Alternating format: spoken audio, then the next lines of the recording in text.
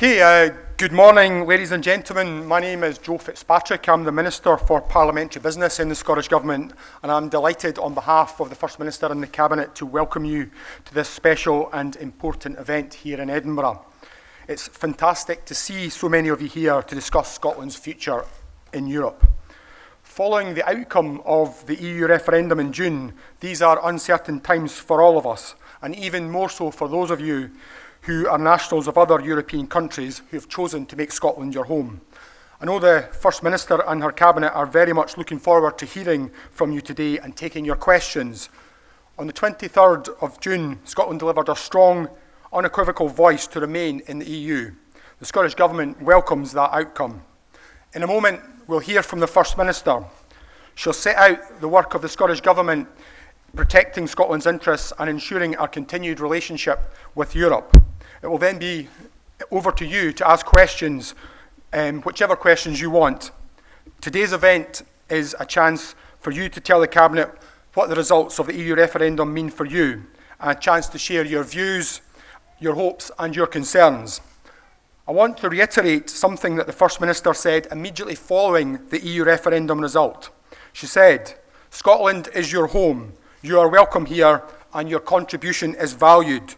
Your voice matters to us and your interests will be to the forefront of ministers' minds as they continue to make every effort to safeguard Scotland's relationship with the EU." Once we've heard from the First Minister, we'll have about an hour for discussions. After that, I hope you'll join us for refreshments and the opportunity to continue the discussions with individual Cabinet Ministers over tea or coffee. So, without any further ado, would you please welcome the First Minister of Scotland, Nicola Sturgeon.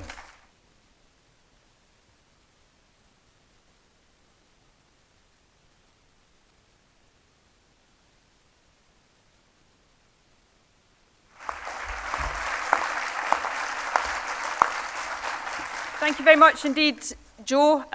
Good morning to all of you. A very warm welcome here to the Corn Exchange in Edinburgh.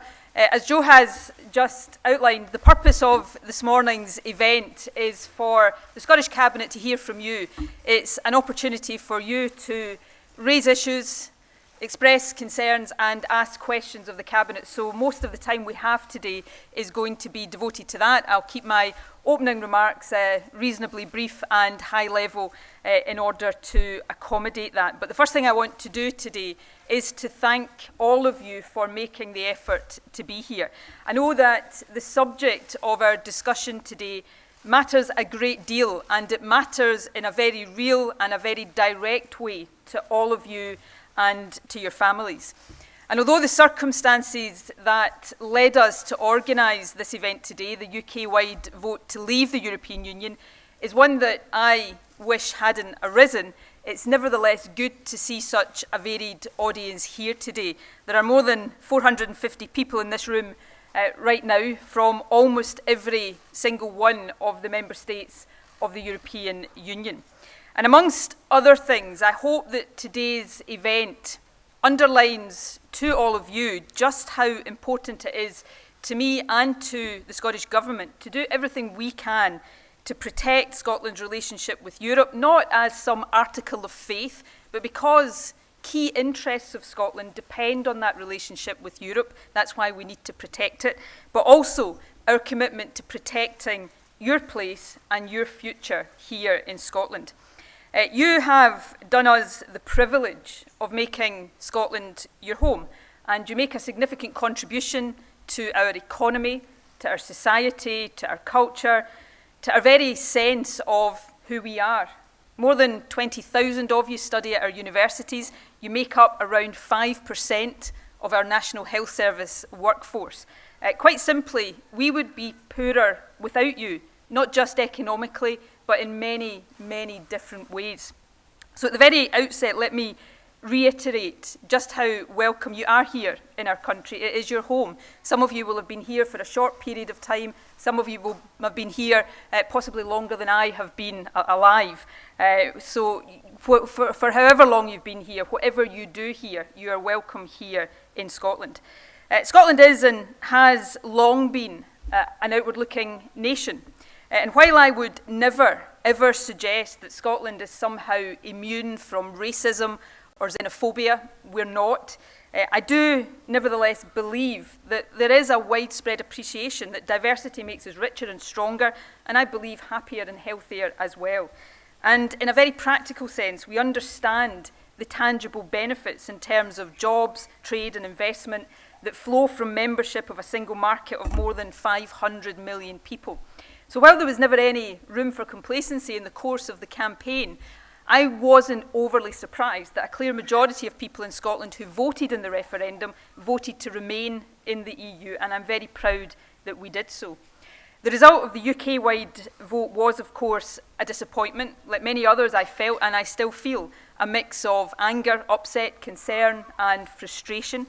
And if that's how I felt, I can only imagine the impact on those of you who are living here but who come from other European countries. Suddenly, having been denied any say in the matter, you and your families are facing uncertainty about the future. And that's why, as I sat down in the early hours of the 24th of June to write the speech that I would later give in Bute House, I knew that one of the things I had to do, one of the things that I had a duty to do, was speak for and to the community of EU nationals living here in Scotland, and to make clear that you are indeed welcome here. Now, in the days that followed, we have tried to turn that sentiment into more practical action, and part of the purpose of today is to hear from you the things that you think we could do as the Scottish Government to allay the sense of uncertainty that there is. For example, we've already worked with University Scotland to guarantee that any student already here or starting their first degree this year would retain the right to free tuition throughout their entire course of study. I met with the EU consuls in Edinburgh to make sure we were actively discussing other practical steps that we might be able to take. And of course, we've organised this event today to give you an opportunity to raise views, concerns and make suggestions directly to us. Of course, and let me be absolutely frank with you on this point, because immigration law and policy is not the responsibility of the Scottish Parliament, I cannot at this stage do the one thing that I really want to do, and that is to give you a cast iron guarantee that your right to stay here will be unaffected by the outcome of the referendum. However, I can and I will continue to argue strongly that such a guarantee should be given without any further delay by the UK government, and indeed the other EU countries should do likewise for UK citizens living there. I think it's disgraceful. In fact, that's probably an overly polite word, but I'll stick with it for the moment. I think it is disgraceful that such a guarantee hasn't already been given. You're not bargaining chips. You're human beings with families, jobs, friends, and lives here. I believe you have a right to certainty and to peace of mind. So you have my assurance today, you have the assurance of the entire government that in all the discussions that we will have with the UK government in the period ahead, standing up for your rights and your status will be a priority. Of course, there are wider interests at stake that we need to protect as well. So let me briefly turn to what those interests are, why they really matter, and how we are seeking to protect them. I set out a few weeks ago what I consider our key interests as a country to be in the wake of the referendum outcome. Firstly, there's our democratic interest, making sure that our voice as a country is not simply ignored. That's very important. Secondly, our economic interest. For a country that sends almost half of our international exports to EU countries, our membership of the single market really matters. And for a country that needs to grow its population, to fill skills gaps and deal with an ageing population and protect the valuable diversity that I've already spoken about, free movement of people matters to us and to our prosperity. We also have an interest in social protection. The EU guarantees core rights and protections for workers, like paid holidays, maternity leave, limits to working hours, and the right not to be discriminated against. These protections matter to workers across the country. And let me be very clear about this. I am not at all confident that these rights will continue to be protected by a UK government outside the single market that may see deregulation and a race to the bottom as the route to economic competitiveness. We have an interest too in solidarity, in independent countries working together to tackle big global issues like climate change and terrorism. And lastly, it is, I think, in our interest to have influence in the decisions that shape the continent that we live in. You know, if we find ourselves having to abide by the rules of the single market and pay to access the single market, but have no say in shaping the rules that govern the single market, that will not be, to coin a phrase, taking back control. That will be giving up control. So these interests, democracy, economic prosperity, social protection, solidarity, influence, these are not abstract. They are real, and they really matter to jobs, trade and investment, to our shared security, to our universities, to the environment, and to almost every aspect of our lives. So that is why it is so important, in my view, that we explore all options to protect those interests. That's what I said we would do on the morning after the referendum, and it is what we continue to do. Now, as I've said before, considering afresh the question of independence in what is now a very different context is one of those options, but it's not the only option. The Scottish Government, advised by members of our Standing Council of Experts, is already working to develop what the different options might be. We're also currently in discussion with the UK Government about our involvement in the development of the UK negotiating position ahead of the triggering of Article 50. We've been given a commitment, a very welcome commitment by the new Prime Minister, that there will be full and meaningful engagement in that process, and assuming that promise is honoured, we intend to be active participants in that process. And that is important, because while we continue to engage directly with EU institutions and member states, I was in Germany just last week, it is in the first instance through the UK process, especially in the period before Article 50 is triggered, that we must have the opportunity to ensure that all options to protect our interests and our relationship with Europe are properly considered, analysed and assessed. Now, I hope that I'll be in a position to say more about our approach to protecting Scotland's interests next week, and will provide an update to Parliament on the work that we are currently doing. Of course, and this is an important point, our work to develop the different options for Scotland will continue to be constrained until we have greater clarity, or indeed any clarity at all, about what the UK Government actually means by Brexit. Does the UK Government instead intend that the UK will stay in the single market or just seek access to the single market? If it's the latter, what will be the terms of that access? What will be the implications for freedom of movement and payments to the EU?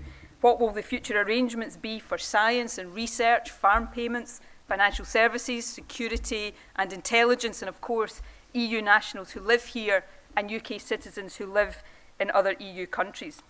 There are quite literally endless questions about our future relationship with the EU, and the answers really matter. They matter to the lives, livelihoods, jobs and living standards of people across the country.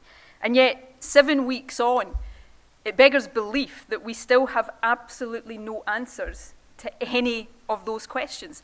We don't even know what the UK Government wants to achieve, let alone what it might be possible to achieve in negotiation with EU partners. All we have right now is uncertainty and risk, and increasing speculation that the triggering of Article 50, which would at least give some idea of the UK Government's objectives, might still be a long way off. And the impact of that uncertainty on our economy is already being felt and is likely to get worse. And of course, this is at a time when, as the unemployment statistics published this morning demonstrate, our economy was starting to show some signs of sustained recovery. That is now at risk. That's why last week I set out the initial phase of an economic stimulus plan, and the Scottish Government will continue to take whatever action we can to boost our economy and protect jobs. However, if as things do start to become clearer, it appears that the UK is heading for a hard Brexit, life outside the single market as well as outside the EU, then the impact on our economy and in other aspects of our life could be even more severe and long-lasting. So that is the situation we find ourselves in today. It's not a situation of our choosing, and there is no easy path ahead. None of the options that may be possible for Scotland are without difficulties and complexities. But out of such uncertainty and turmoil and in the circumstances we find ourselves, I'm very clear that the job of the Scottish Government is to find the best arrangements and the optimal conditions for Scotland to prosper. That's what we are determined to do in the weeks and the months that lie ahead. And I want to end on this point. As we do so, my commitment to you today is that the interests of all of you who already play such a huge part in the success of our country, will be centre stage in our thinking. Thank you very much for listening today. I now look forward to hearing your views, hearing your suggestions, and indeed answering the questions you've had. But let me end where I started. Thank you very much for taking the time to be with us today.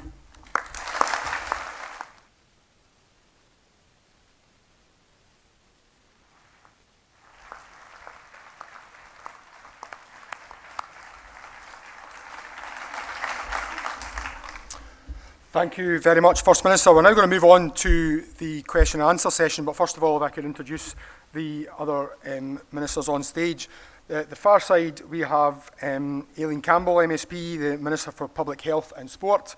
Then of Derek Mackay, the Cabinet Secretary for Finance and Constitution. Michael Matheson, the Justice Secretary. Fiona Hislop, Cabinet Secretary for Culture, Tourism and External Affairs. Deputy First Minister John Swinney, and also Cabinet Secretary for Education and Skills. Then next to the First Minister, we have Keith Brown, Cabinet Secretary for Economy, Jobs and Fair Work. Then Angela Constance, Cabinet Secretary for Communities, Social Security and Equalities. Then Fergus Ewing, Cabinet Secretary for Rural Economy and Connectivity. And last but by no means least, Alistair Allen, who's the Minister for International Development and Europe. I'm going to take questions in batches of 3 and then invite the First Minister and Cabinet to respond. We normally have more questions than time is available, so if you don't get a chance to ask your questions, there are forms on your sheet. If you fill those in and put them in the boxes at the back of the hall, every question will get a response. So can I ask you to raise your hands if you have a question and wait until the microphone reaches you before speaking. If you could please give your name before asking your question and try and keep your questions as brief as possible. I'll ask the Cabinet to do the same, and that way we'll get as many people in as possible, and I'll try and move around the hall as we go forward. So right at the front here, the gentleman. Right. Yep. Hello. Hello. I'm speaking on behalf of my Czech friend Lukáš, who's stayed here for 8 years and is glad to call Scotland his home. He is wondering about tuition fees. You mentioned about tuition fees that they will be guaranteed for this year.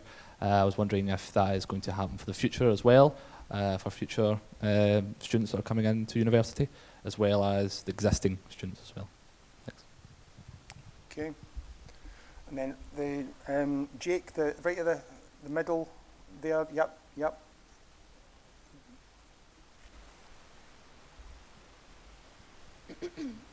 Good morning, everyone. My name is Celia Nissens. I'm here for Nourish Scotland. Thank you very much for giving us the opportunity to engage with the Cabinet today. I'm wondering through what channels the Scottish Government will be talking with the UK Government in the lead up to triggering Article 50, whether that will be rather through administrations or parliamentary level or ministerial level. Thank you. Okay, then Tina, the gentleman with the white shirt here.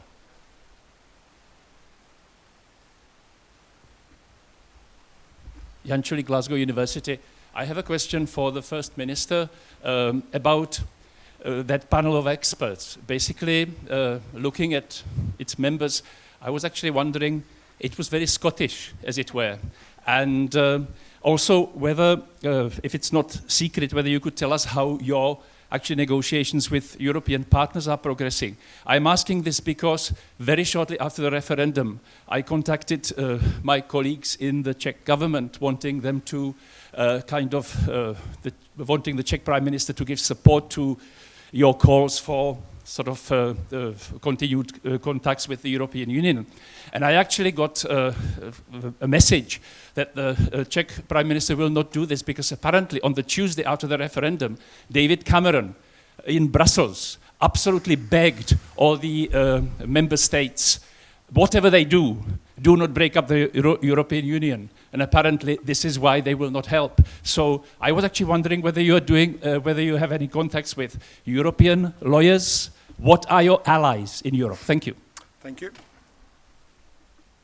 Okay, John, can you take the question on tuition fees, and then I'll address the remaining two questions. Okay. Thanks, First Minister. In relation to EU students, obviously EU students make up a very significant proportion of students at Scottish universities and colleges, and we want to make sure that we support and sustain students in the education they're undertaking.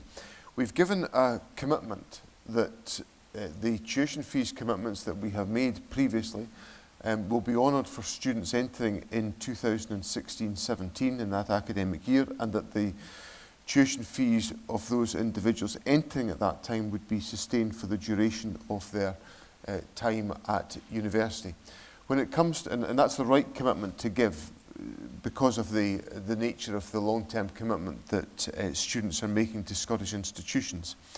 When it comes to decisions around the position at 2017-18 at that intake, obviously we'll have to consider we'll have more detail about what the arrangements will look like and what some of the answers are to the questions that the First Minister highlighted in her opening remarks, and we'll make further statements about that. But what I was anxious to do over the summer at the earliest possible opportunity was to give absolute clarity to those planning to come here in 2016-17, and that clarity and certainty is there from the Scottish Government, and obviously we'll look at an early opportunity as details become clearer about the wider issues in relation to future intakes into the bargain.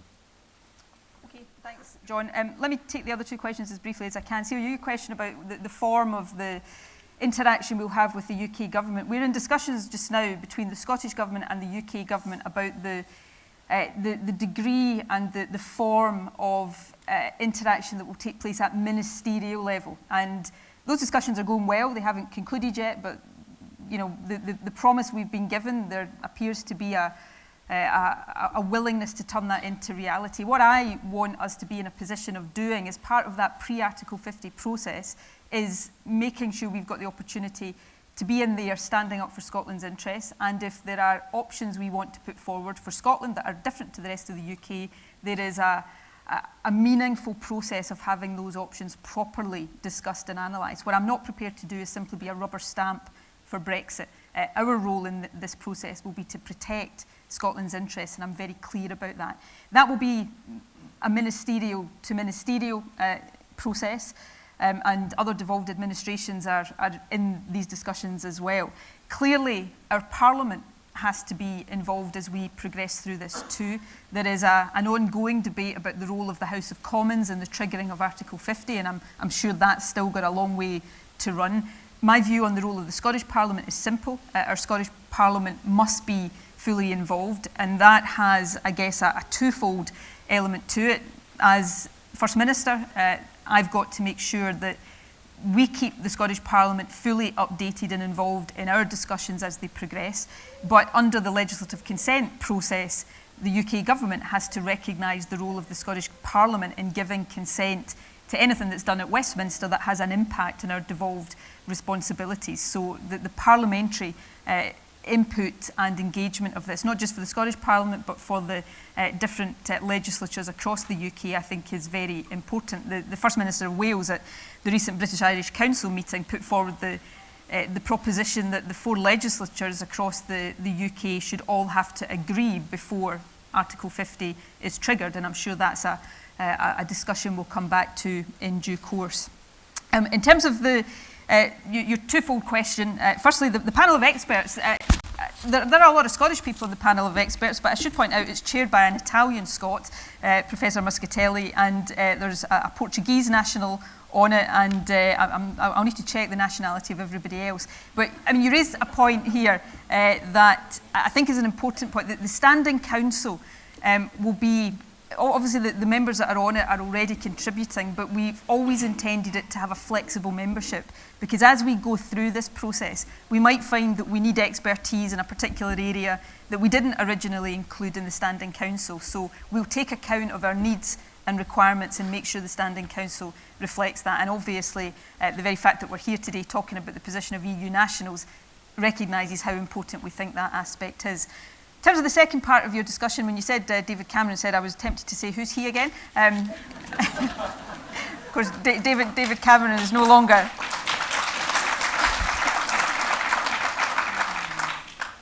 The response we've had, both from the EU institutions and from other member states that we've spoken to thus far, and we're in a process of engagement, of course, is very warm and welcoming and sympathetic. And I think it's fair to say there is an expression of others across the European Union recognising and wanting to be helpful to Scotland's position.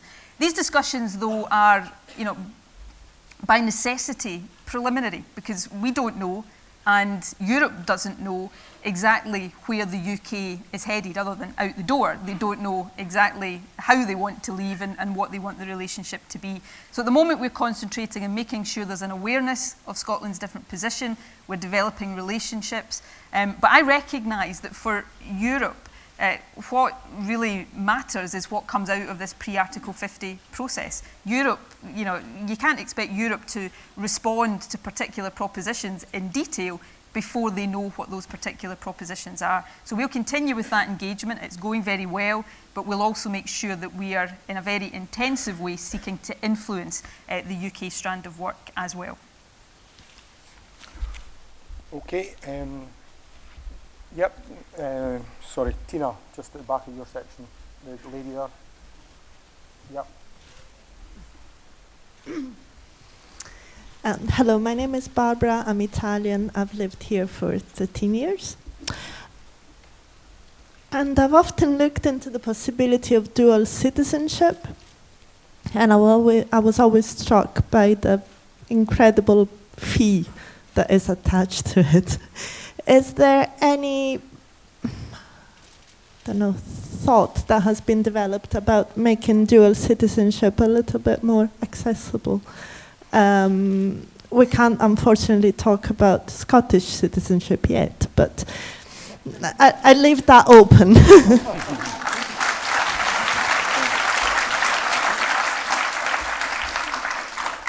Stephen, gentleman, just there. Hello, my name's Patrick Harkness. Thank you, first of all, First Minister, for reassuring EU citizens that they are welcome here. However, your party also tells me that my Northern Irish family is such a drain on Scotland that the only solution is to raise a new border against them. Your backbenchers openly talk about how much people may or may not hate the English, and you do not admonish them. Now you're misrepresenting my Remain vote to further yet more separatism. So, First Minister, I think we should recognise that you are building a cold house too. When are you going to hold an event such as this for UK citizens to reassure us that your nationalists will no longer speak division and hatred against us so that we can feel welcome in our homes as well? Because I think the way forward is bridges and love and people coming together.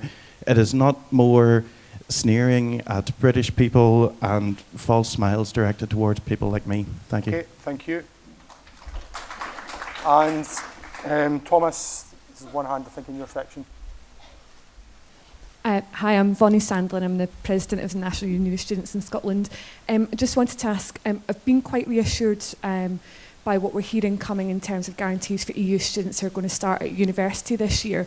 But I think I'm looking for some sort of acknowledgement, really, that not all students start at first year at university level, and some actually might start further education level at college, and their journey through education might be a little bit longer. Are they going to have the same guarantee if their journey through education takes longer than 4 years? And also, I think it's right that we're talking about students when we talk about colleges and universities, but I think it's really important to remember that a significant number of our staff in universities and colleges come from the EU too. We're hearing anecdotal evidence, nothing concrete yet, that research bids are being knocked back on the basis of British and Scottish institutions not being sustainable partners long term. We've seen some guarantees coming from Joe Johnson's department last week about underwriting existing research that's ongoing, but nothing about research opportunities and bids that are being lost. So if you could expand a little bit on that, that would be good. Thank you. Okay. Right, let me take the first two questions and then I'll hand over to John to deal with Vonnie's points. Barbara, you point about dual citizenship. That's certainly one that we will raise with the UK government. Obviously, we're not in control of the rules around citizenship or the fees that people are charged for applying for citizenship. When we had the meeting with the EU consuls, I think the week after the referendum, one of the things that many of them said was that there had been an upsurge in applications for citizenship for different family reasons there. But these are practical issues that, you know, the UK government could be responding to try to make some of this uncertainty for some people, perhaps people who've been here for a long period of time, easier. So that's a very practical point we'll take away. Patrick, you know, firstly, thank you for being here and thank you for your question. We clearly have different views on the constitutional future of Scotland and, you know, let's respect those differences. Let me say, first of all, I admonish anybody who is anti-anybody on the basis of their nationality, whatever that nationality might be. I happen to be the granddaughter of an English woman, and you know, my belief in Scottish independence never has been and never will be based on a sense of where people come from. It's about how, as a country, we best decide to go forward together. And I take the view, wherever you come from, if you've chosen to make Scotland your home, you're welcome here, you've got a stake in our country, and you're part of our efforts to try to build a better society. I've tried to take a very, I was going to say straightforward approach to this. Obviously, it's a very complex situation, so it's hard to take an entirely straightforward approach. But I could have said on the morning after the referendum, Scotland voted to stay in, the rest of the UK has voted to come out, we're having a second independence referendum, that's a decision. I decided not to do that because as First Minister, I think I've got a duty to try to bring people together, to try to examine all options and find the best route forward for the country in all the circumstances, rather than simply go down the route that happens to fit my preconceived political ideas and beliefs. And that's what I'm trying to do. I can't sit here and tell you I've got a clear line of sight to the future or I can see the easy and obvious path through this. But I know that the implications of this vote, a vote that Scotland didn't vote to come out of the European Union, but the implications of being taken out of the European Union are so serious for all of us. And I don't think we've yet really started to experience just how serious some of those implications will be. I've got a duty to try and find a way through that, and I'm going to try to do that in a way that is as unifying and collaborative and consultative as possible, and try to act in the best interests of the country. And if you have as your guiding principle, I guess in anything you do, trying to act in the best interests of the country, then that's the right thing to do. And we'll consult with as many people as possible going along. This will not be the last session of this nature that we do with different groups in Scottish society. Keith and I met in the week after the referendum with business organisations. Every sector, every part of the country is affected by this decision, and we need to make sure that we're talking to everybody as we try to develop what is the best way forward. John, do you want to take Vonnie's points? On the two points that Vonnie's raised, on the first, there's about 21,000 higher education students in our universities from EU countries and about just over 400 in the college sector who are following higher education courses from EU countries.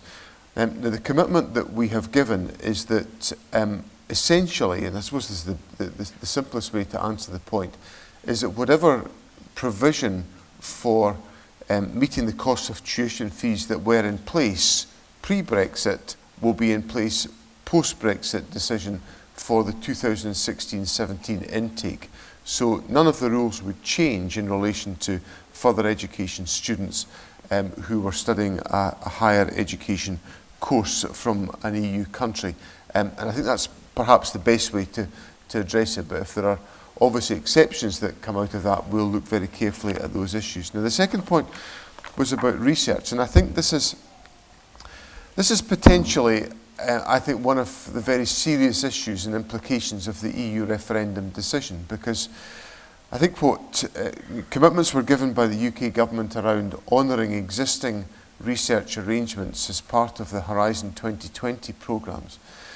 But when you look at the forward look I pick up from the academic communities a tremendous amount of nervousness about their accessibility towards multinational research groupings that bid for European funding. And that's a large proportion of where our academic institutions secure their research funding, not just as individual bids by one of our excellent higher education institutions, but as part of a collaborative across a range of different countries. And I've certainly seen from the immediate days after the referendum vote, anecdotal evidence turning into a much clearer pattern that European networks are much less likely to involve partners from the United Kingdom because of the long-term uncertainty about EU membership.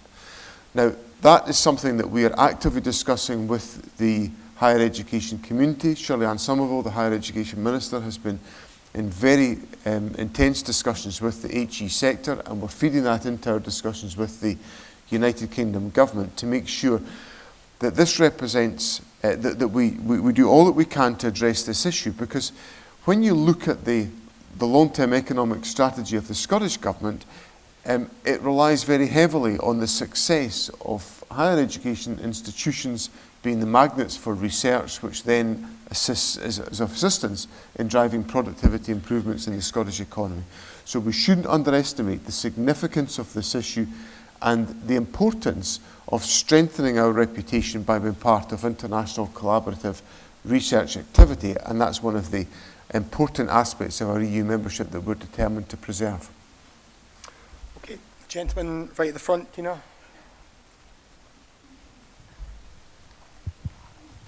First, I thank you very much, First Minister and members of government for this meeting, and I'd like to be concise. I'm Dr. Włodzimierz Szepielow, the President of the Polish Association in Dundee.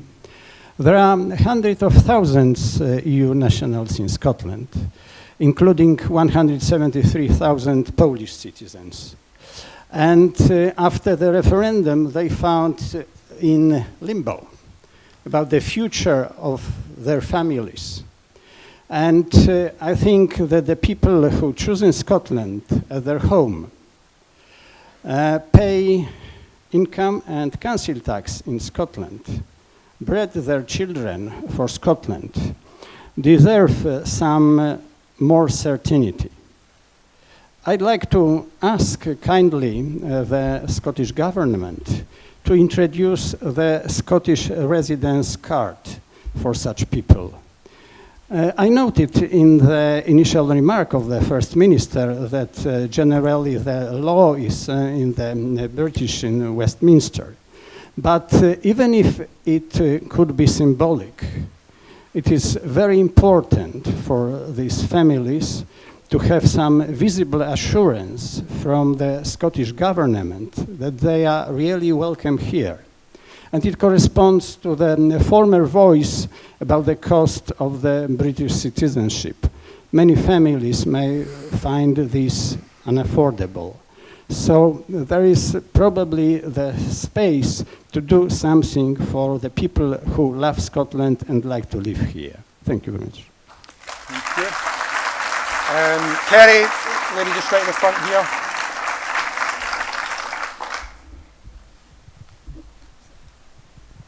Dear Cabinet, my name is Anna and I'm a Polish national.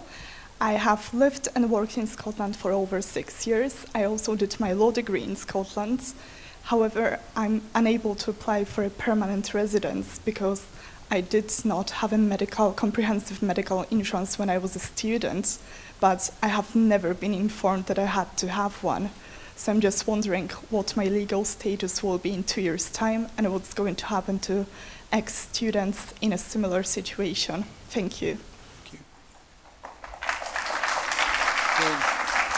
And Jake, the gentleman just right, yeah. Thank you very much. In speaking with other EU nationals in the wake of Brexit, one of the concerns that seemed to surface time and time again was that they were going to be less desirable for future potential employers because of the uncertainty of their status.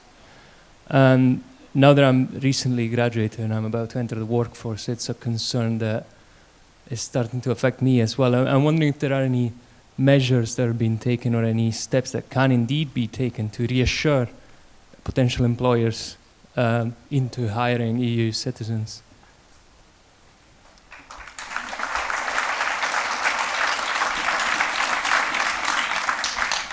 In a second, I'll ask Fiona maybe to say a word or two about how we will raise these particular immigration-related issues with the UK government. I'll just say all of these questions are really in the same general area, so let me make a couple of points before handing over to Fiona. Anna, I should say, would be happy to talk to you afterwards about your particular... Obviously, I'm not going to try and respond to particular cases, but I think you raise an issue that will be relevant to a lot of EU nationals who don't have permanent residence for a whole variety of reasons. And I guess that's the group of EU nationals for whom the uncertainty is the greatest. So there may be some particular advice we can offer you because of the particular circumstances. Your question about the Scottish Government finding ways to show that EU nationals are welcome. I'm very keen that we do explore different ways in which we can do that. Clearly, and this is not just from the perspective of the Scottish Government, to be fair to EU nationals, we've got to operate within the law and the powers that we have as they stand. But one of the things that I think inevitably is raised by this whole scenario is the powers that the Scottish Government have. Is it the case that for Scotland to bring about different outcomes around some of the aspects of this, we need to see further devolution, whether that's over immigration or employment law or a whole range of other areas from the UK to the Scottish Government. You have had people who take a different constitutional view to mine, say that it's time for a federalist solution. So these are all very active discussions that we require to have as part of working out how we respond to this. This brings into sharp focus some issues that have for a long time been very relevant in Scotland. The post-study work visa, for example, where we have a need for skilled labour in Scotland, and yet we are educating people, then they want to stay and we find that they're not able to stay because of the post-study work visa being taken away. So there is already a case for a differential approach to immigration in Scotland to the rest of the UK, and that, I think, is underlined very, very heavily by the Brexit outcome. So some of these practical suggestions are certainly ones that are under consideration and will certainly be part of the discussions we take forward. The point that was raised about employment, that comes back to why is it so important that EU nationals are given certainty now? Well, it's important to give peace of mind to people who've built their lives here, but it's also important to give a message to education institutions, to employers, to those interacting with EU nationals, to give them that certainty as well. And that is particularly important around people who are looking to hire people. Somebody taking on a worker wants to know that that worker is still going to have the right to be here, not just in a year or 2 years' time, but in 5 years' time as well. So that really does just amplify why it is so important for practical as well as reasons of humanity to give the certainty that people are asking for. Fiona, do you want to maybe just pick up on how we'll raise some of these issues in a practical sense? Well, clearly from day one, we as the Scottish Government have given a clear message about the welcome for EU nationals. But we're not the only body that has done that within Scotland. And I know many academic universities, institutions, and indeed employers have done likewise for similar reasons. The practical application of whether it's the residency card somebody was talking about or in relation to other practical measures, part of what we do in our discussions with the UK ministers is to make sure the priorities of Scotland are put forward. And right from the start, we have said that the issue about the future of EU nationals will be something we'll raise at each meeting. I've already done that. I've had 4 meetings already with UK ministers. You know that we have set up a Brexit department. We are actively engaging with them. They say they're in listening mode, and we're making sure that they know what the priorities are. Now, some of that will absolutely be about the certainty that is required by EU nationals, and we'll make sure that that is there. But we'll also work with employers, and even within my portfolio of tourism, we know the importance and dependence for hospitality and tourism for employees that come from EU nations. And in terms of the message that I'm encouraging employers in that sector to do is to give that certainty, to make sure that they know that existing employees know that they have that comfort and security. But the practical details of it will come from the basis of our discussions with the UK government, and we are very active in engaging at each and every opportunity to try and get some of those practical measures. And I think one of the very first questions is that happening at ministerial level? And the answer is yes, and we'll continue to do that. Okay. The gentleman with the hat, and just Tina, just this way, in a bit, yeah. No, in a bit, yeah. There's lots of hats over there. No, you're yeah. You had your hand up the whole time. I'm worried you're going to... Thank you very much. My name is Caroline. The color may cheat, but I'm Italian, here with my son. And I must say, my son had a very, very bad period before the Brexit. He had problems at school. He was being told to go away, that he was a scrounger. He didn't have the right to be here. He would come back home in tears. It was a very, very bad period for us. And the morning he had Nicola telling us we're welcome, we both kind of just breathed a sigh of relief. But that relief is not there anymore. My son is 13 years old. He's going to second year of senior school. We had made a plan for his future. Nicola, you've always told us an opportunity for every child. And that's something that I carry as a banner. He is a child. He is a child in Scotland who doesn't know if he'll finish his A-levels here. He is an Italian. He abandoned his language and learned English, a different school system. And now we don't know. We have to live with our bags half packed, our feet half out of the door. Next year, he's supposed to choose his subjects. He wants to work in hotelier. He's planning his languages, accounts, economics. But we could be told, because I don't have any trust whatsoever in the Westminster government. Because they will wake up one day and say, Article 50, European Union members, you have to live within 6 months. They're capable of that. These are children, they're human beings, they're families. And we'll have to move them into another, find a house, find a job, find them another school, get them into another scholastic system. It is inhumane. It is against the basic human rights of a child. And the European Union has to reason with this. Because I can't trust the Tories. I trust the Scottish government. I love Scotland. I will never, for commodity, apply for a British passport. It is not my nation. It doesn't represent me. Sit down.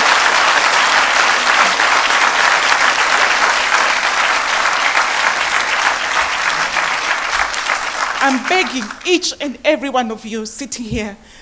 We've talked about the university students. We've talked about the mothers. I'm asking you to look at them.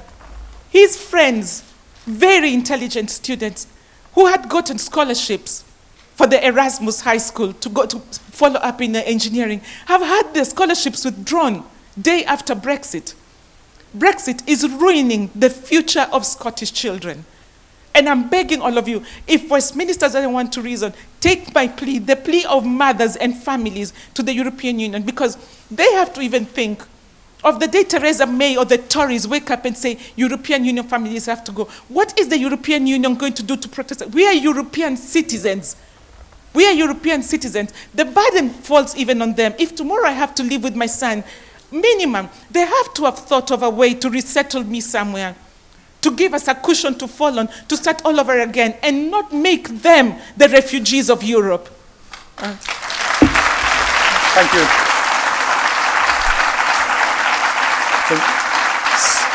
See what you said resonating with a number of people in the audience. Gentleman far right there in the, the blue. Yep. Thank you very much. Good morning, First Minister, or good afternoon, First Minister Cabinet. I would just, Danny Boyle from Bemis Scotland. I would just ask all of the Cabinet Secretaries and Ministers to potentially reflect on some of the domestic assets which Scotland has just now at its disposal. Just touching upon what the gentleman from the Polish Association commented on and many, many others.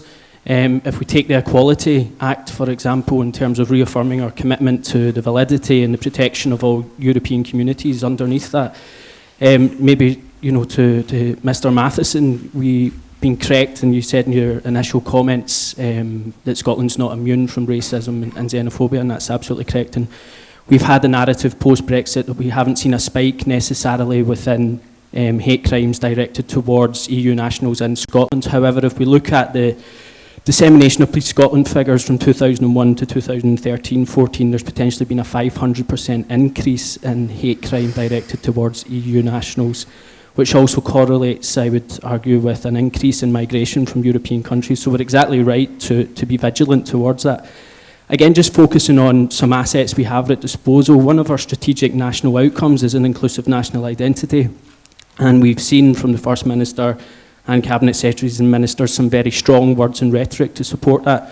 And in terms of practical examples of how we implement that, BEMIS have certainly had a very positive relationship with Cabinet Secretary Fiona Hislop's office in terms of progressing that via the themed years work which we've been doing in the Scottish Winter Festival. So I would open this to all of the delegates and representatives who are here today to approach us at the end. We're just one aspect of work which has been done to progress Scotland's inclusive national identity, and that is a practical way in which we can progress that and achieve that. And I would also open it up to Patrick, who spoke earlier on. You certainly had a concern about your place in Scotland and how that was perceived and respected, and certainly within the themed years work and the work which we are progressing alongside other partners, your identity and aspects of it are incredibly important and welcomed in that. So I would just ask the Cabinet maybe to reflect on how to use the domestic legislation throughout their portfolios in order to reaffirm our protection for EU nationals and to progress that practically. Thank you. Okay, thank you. And then I can see a white jacket towards the back, Thomas. Yeah, the lights are right in my eyes, so forgive me if I'm... I'm Zosia Wierzbowicz-Fraser. I speak on behalf of the Polish community in the Highlands. I have an education type question to direct to Mr. Swinney. We're very, very grateful for this event, for the chance that we have been invited to ask questions and speak, amongst others, for a place in Scotland. You have a strong commitment towards raising the standards of educational attainment, and as a result of that, knowing the huge numbers of Polish children and Polish families that live in Scotland, I believe at least there's over 80,000 Poles here.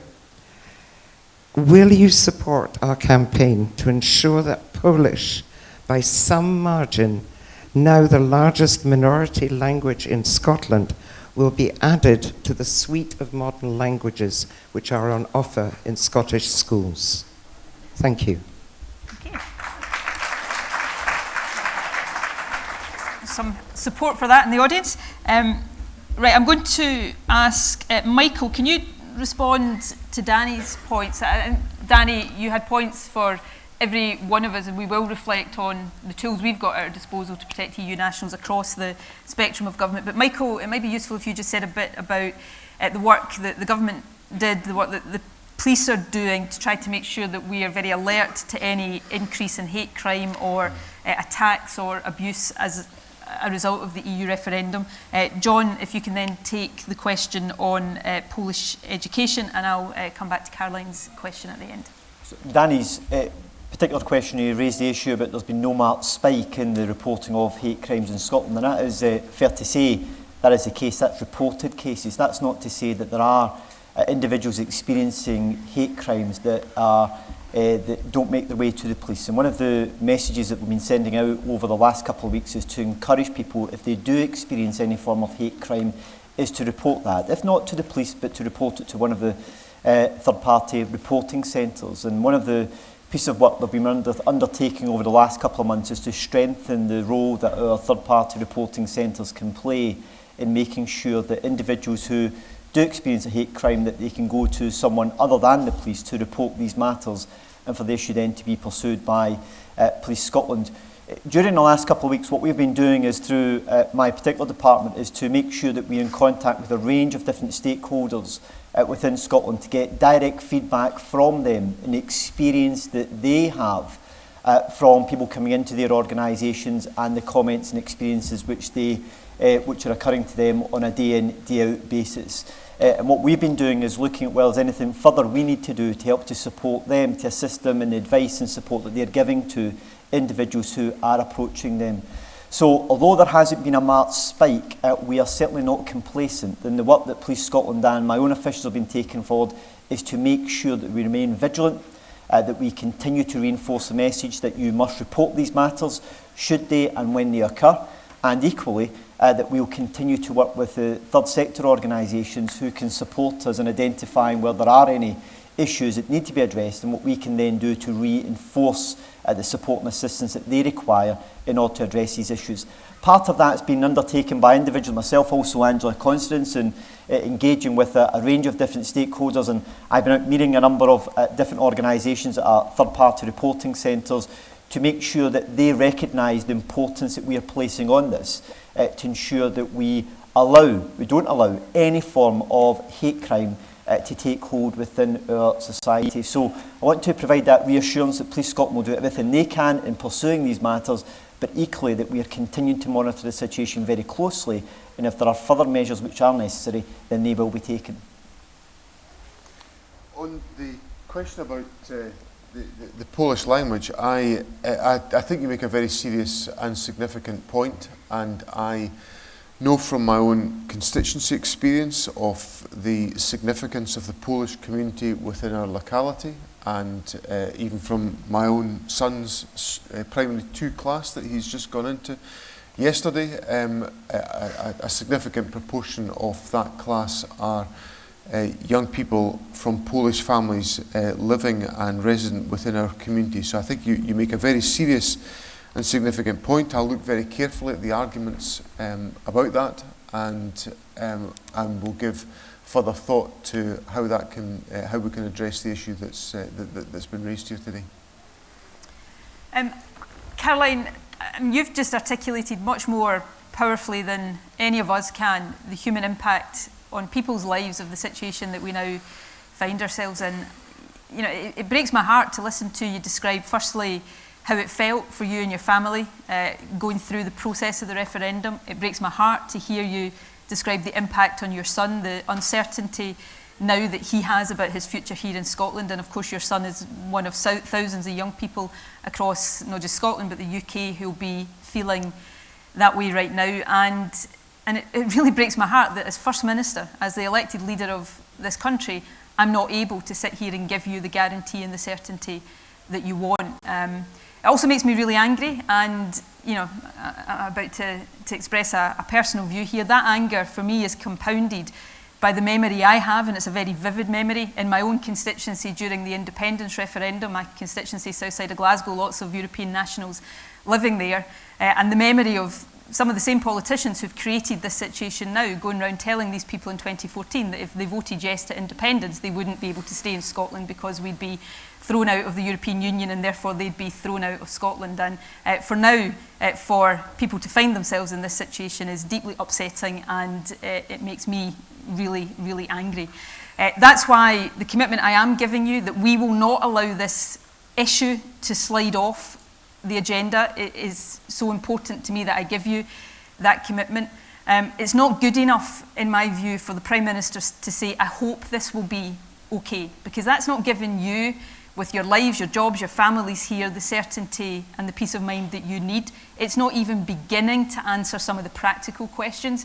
You know, who will have the right to stay? Is there a cut-off point? Is it just people with permanent residence, or is it everybody here on the 23rd of June? How will your right to stay here be evidenced? These are all practical questions that you need to know the answer to. But until there is that decision in principle that you belong here, it's your home and you have a right to stay, then we can't give you those answers. This out of a situation that has so many different aspects to it that make me deeply concerned, deeply upset and deeply angry. This is the one that strikes at the heart of humanity.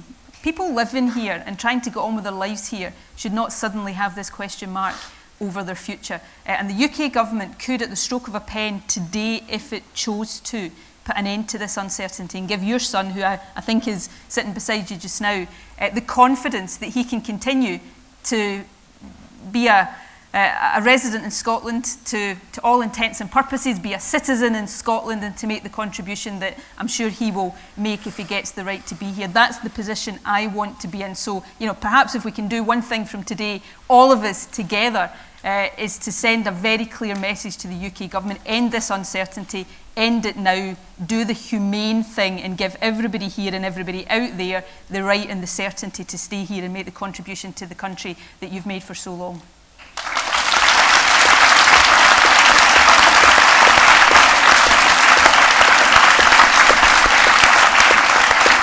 Okay, I've been given a signal saying that, I can't believe time has gone so fast, that time is coming to an end. I wonder if I could ask if there's any got questions in areas that haven't been touched on at all, if we could try and focus on those ones. So the lady here. Hi, my name's Michelle. I'm half Scottish, half German. My parents... Oh, sorry. Hello, my name's Michelle. I'm from Glasgow, and I have a Scottish dad and a German mum. I grew up in Germany. I was educated in Germany, and I have long time benefit from the fact that I could travel back and forth. My family is spread over Scotland and Germany, and for me, amongst other things, the question is what happens to my mum, because she does not have a British passport, if the time comes and when the time comes and my parents want to resettle. Now, according to what I've been reading on applying for a British passport, because on the contrary to maybe some people, I think it's no time to be patriotic. If you can have dual nationality, do it, just to be on the safe side. And I do worry because my mum would have to have lived in the UK for at least 3 years before the point of application. And I don't think personally that people will be deported. I think that would be a war on the streets. I don't think even the Tories would go quite that far. But I do worry that it's going to be tightly connected to financial demands. And if it was the case that they say, yes, you can bring your mum over, it's going to cost you £30,000, £50,000. What's going to happen, because no one has that kind of money. Also, secondly, I run a language school in Glasgow, and we do work with children who want to learn a foreign language. We also support bilingual families, and all my staff are non-UK citizens. They are all in uproar. They're worried about their future. They're scared, and also me as an employer, I'm worried, what am I going to do if people can't come to this country anymore and work as a freelance, because as we are a social enterprise, I could not afford to pay £35,000 or £40,000, whatever the threshold may be, to employ them, unfortunately.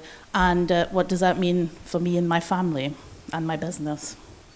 Okay, thank you. Kerry, the person right at the end, I think that's red and white. Yeah. Thank you very much. My arm was really sore there. I'm going to keep mine short and sweet, a bit like myself. My question's for one of the ladies, Fiona preferably, and I actually represent a small social enterprise in Glasgow called Fusion Bites. Nicola will be aware of us, and we basically support ethnic minorities, women, predominantly in enterprise. I'm a new director, a voluntary director at that, but my background has been within the hospitality and catering industry for, I wouldn't like to say. But really, my issue is about the safety and the security of the women that I'm asking to come and volunteer at our premises, due to the locale and also due to what's actually predominantly in the news right now. I'm a Scottish Muslim. I'm the daughter of a very proud Pakistani, Indian, Hindustani, whatever you want to call it, migrant to this country. But I was his first Scottish baby in the 1970s, so I'm of the tried and tested generation. So I've been through it all. But right now, as I stand within social enterprise, my concern is that there seems to be so many agencies out there that are willing to help. The coordination is maybe not being audited, and it's not that effective. And from my point of view, when I'm asking people to come and join me on a volunteer basis, my concern is, are these women safe and secure? What can I do? Because I'm not offering them a contract of employment. I'm asking them to come so I can give them the opportunity to train and develop and then go out there and find work. Thank you. Thank you. Lady there, yep. My name is Victoria MacDonald. I'm the chair of Lithuanian community in Scotland, and I'm the managing director of Baltic Business Connections Limited. I've been exporting whiskey to the Baltic states since 2013. I just wanted to ask most probably somebody who's in charge of whiskey industry, what's going to happen to the whiskey prices post-Brexit if it's going to be a hard case? And will the Scottish government actually consider to support internationalization of small and medium enterprises, starting with cheese, salt, Glencairn glasses, anything, the way, so to say, we've been trying to do off our own backs just now? Thank you. Okay, if it's okay, I'll sneak one last one into this group, so a group of four for the gentleman with the white top. Final question. Right.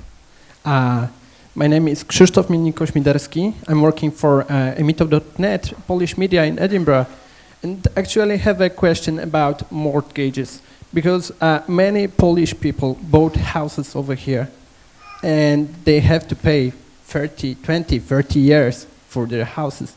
And they are afraid they will have to go home to Poland, and just government will take these houses.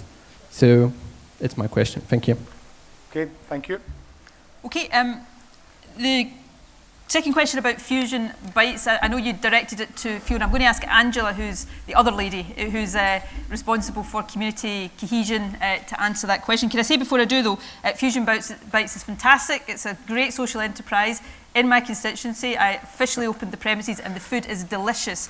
So if you ever find yourself in the south side of Glasgow, try it out. Angela will address that. I'm going to ask Keith to address the question about whiskey, very important. Derek, as Finance Secretary, I'll let you reassure everybody here we're not going to take anybody's house, but it is an important question about the uncertainty, and then I'll finish off by addressing Michelle's question. So, Angela.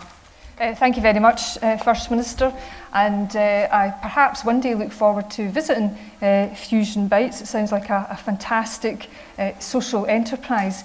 The Scottish Government is absolutely committed to the role of social enterprises and indeed the third and voluntary sector, and despite all the financial constraints and uncertainty that as a government we all live with, we have certainly continued to put our money where our mouth is in terms of our investment both in social enterprise, third sector and indeed the equalities budget. And we know that the social enterprise sector can actually reach out to people in a way that statutory or more formal agencies struggle to reach people who are perhaps described as hard to reach. I don't particularly like that term, hard to reach, because it can sometimes be used as an excuse. But social enterprises, particularly social enterprises that are rooted in communities, can find ways to support individuals and communities that more formal statutory agencies struggle with. And as a government, we are working very closely with the sector for our 10-year strategy. And I know governments like to have frameworks and strategies and all the rest of it. But an important part of my job is to ensure that all of these action plans, frameworks, all the advisors that we work with, that actually translates into meaningful impact and actually delivers for people on the ground in the community. And I know some of what you've said about people feeling less secure. Michael has already touched upon in terms of the seriousness that this government has in terms of tackling hate crime, and I won't repeat that, but I think we all have a job of work to do to make people feel more secure in their community, because it's all very well, politicians parroting statistics and hate crime figures, how there's not been a spike. I can point to the fact that racially motivated offences are actually down marginally over the year, but the important thing is about how people feel and how they feel included and part of their community. And I'll end by saying that we do have another framework, that's a racial equality framework, but that is a 15-year plan about how we work with all aspects of civic society in Scotland so that people feel part of their community, how they feel safe in their own home, in their own community, how we ensure that public services, whether it's education or health, that how they deliver for every aspect and every part of our community.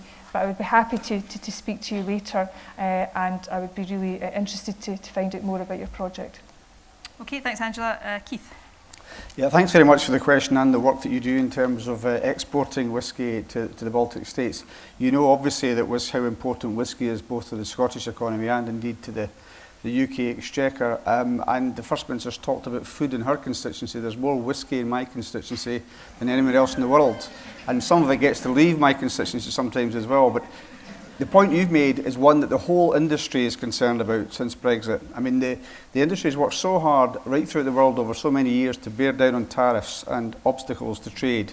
To find that there might be new obstacles in terms of tariffs being imposed by the rest of the EU would be hugely detrimental to an industry which predominates in Scotland, obviously. So there's real concern. I think there's two things that we can do about it. First of all is to make sure through the Brexit process, which the First Minister's mentioned, that we impress upon the UK government how much they have to make sure that whatever settlement they try and achieve, it protects vital industries like the whisky industry. And beyond that, and perhaps a bit more positively, the First Minister announced last week a boost to capital spending and some other initiatives. One of those is to increase our trade missions, if you like, the work that we do in other countries, especially in relation to the EU. And a vital part of that will be promoting and protecting the Scottish whisky industry, hugely important to this country. And this is one thing where, again, we've brought upon ourselves through Brexit, or we've had it brought upon us, a situation which can only work to the detriment of the industry, and it's down to ourselves and the UK government to make sure that doesn't happen, because so many jobs and so much income to Scotland relies upon it. This is one of and let's not forget Scottish gin either. Should never forget Scottish gin, in my view. But this is one of the areas where the difference between being in the single market and just having access to the single market is enormous. And I think people are not necessarily always understanding that difference. If we're not in the single market, then the questions that raises for whisky in terms of what tariffs it will face, its protected status, these questions come really to the fore, and there'll be other sectors with other goods that find themselves in similar positions. So being in the single market matters, not just having some kind of access to it. Right, Derek, do you want to take on the point about people with financial commitments here? Absolutely, although I would never want to disagree with my boss, the First Minister, but it feels more like a question to the Economy Secretary necessarily. I was just giving you the chance to speak, Derek, yes, I know you like the chance to speak. How kind. Looking after the nation's finance is very important. Of course, we want to give continuity of funding and ensure that there is demand there. And whilst the question was about mortgages, of course that's an individual contract, and we will look very closely at the issue because there is an impact on demand in some of the schemes that we have to support people purchasing a house. There is an issue about continuity, support and financial confidence as well, but it all rests upon this issue that the Scottish Government is pursuing, which is ensuring that people's right to continue living here, and that's what we'll do. We'll keep a very close eye on all our supporting schemes. Does that assist? Okay, and lastly, where's Michelle again? Hello. I agree with you to the extent, I think it is unthinkable that people living here will be asked to leave. I think the uproar that would cause rightly would be immense. But the fact still remains, until that commitment is given that people are going to be able to stay, people are going to worry and have that uncertainty. And then there's the question, but it's not just about giving the commitment, it's about how the practicalities to back up that commitment will work. How is people's right to stay here going to have to be evidenced, for example? So, that underlines the importance of it. But I agree with you. I hope we're right that it is unthinkable that people are going to be asked to leave. The bigger issues, I think, will arise in terms of the ease of which people with families in different European countries will be able to travel. I've mentioned my constituency a couple of times, but I've got a very diverse constituency, so I deal with a lot of people outside the European Union who are trying to get visas for their families to come here. And I see week in, week out how difficult it is for people with families outside the European Union to get visas to have their families visit. We don't surely want that kind of difficulty for people travelling within what is currently the European Union. And your point about the economy, your language school, and the need to get the skills here to run your business. That example will be replicated hundreds, thousands of times over in businesses all over the country, where freedom of movement is not some abstract principle. It's what, to some extent, keeps our economy working. People being able to access skilled labour from different parts of the EU. And that's why I come back to the point I made at the outset. Sometimes this can sound like a big abstract constitutional debate, and aspects of it, of course, relate to that. But fundamentally, this is a very practical debate about our interests as a country, how we get our economy to prosper, how we're a diverse, multicultural society with all the benefits that brings. Aileen is here representing the health brief, how we keep our health service working. These are very practical things.